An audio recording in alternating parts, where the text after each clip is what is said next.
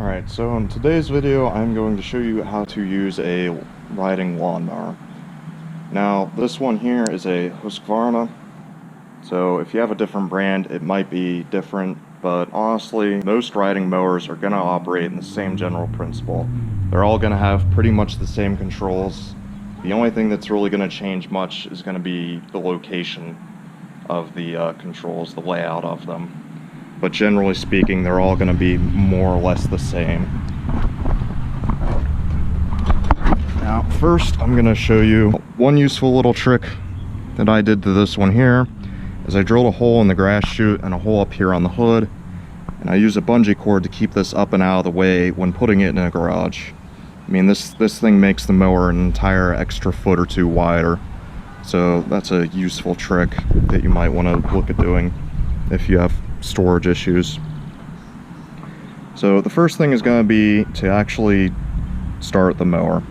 So most mowers are going to require that you have the brake engaged to start it. Usually that's going to be a foot brake on the left here, such as this one. Now it does also have a parking brake as well.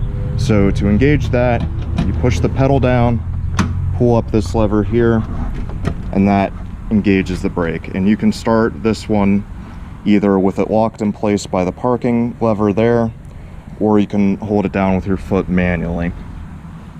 So the first thing you have to do is make sure that the brake is engaged. The next thing you're going to want to do is you're going to want to move the throttle all the way up. Now the next thing that you're going to want to do, assuming that you have one, which again you probably do, is you're going to want to pull the choke all the way out, assuming that this is a cold start. On hot starts where the mower was running recently and it's already up to temperature, you generally don't need to use the choke. If you're not sure, just go ahead and try to start it with the throttle all the way up.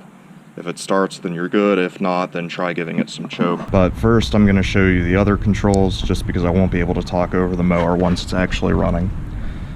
So the other thing you're going to have is you're going to have some form of lever to control the height that your blades are cutting at. So that's what this one is here. They'll usually be numbered, and they'll usually have a gate to keep it in position. So to do that, you just raise and lower it manually, and that controls your mowing height. And over here is essentially the transmission. So that's the other thing, is when you start it, it needs to be in neutral. And then on this one, it's forward and then reverse. So that's that. And then lastly, you have the actual blade engagement button, which is here. So on this one, you pull out and that engages the blades. You push in and that disengages. The easy way to remember that on this one for me is, the way I remember it is that if it's an emergency, I'm going to want to slam it. But once again, to actually start it, make sure your brake is engaged either with your foot on it or with the parking lever. Throttle all the way up, choke all the way out, and then you just turn the key till it starts like a car. Now pretty much immediately after it starts, you're going to want to push the choke all the way in, and depending on what you're about to do with it, you can put the throttle down too. This one, they recommend you to mow with it on full throttle. Really the only reason to use less throttle is if you're trying to go slower, or if you're trying to keep the noise down, if it's late at night and you need to move it or something. But so I'm just gonna go ahead and show you guys the actual starting it now, and I'm not even gonna try and talk over it.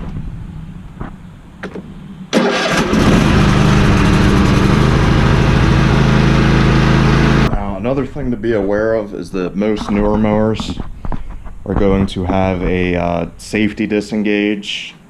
So if you need to get off the lawnmower while you're mowing to pick up a branch or something like that, on this one you need to shut the blades off, and you also need to have the parking brake engaged.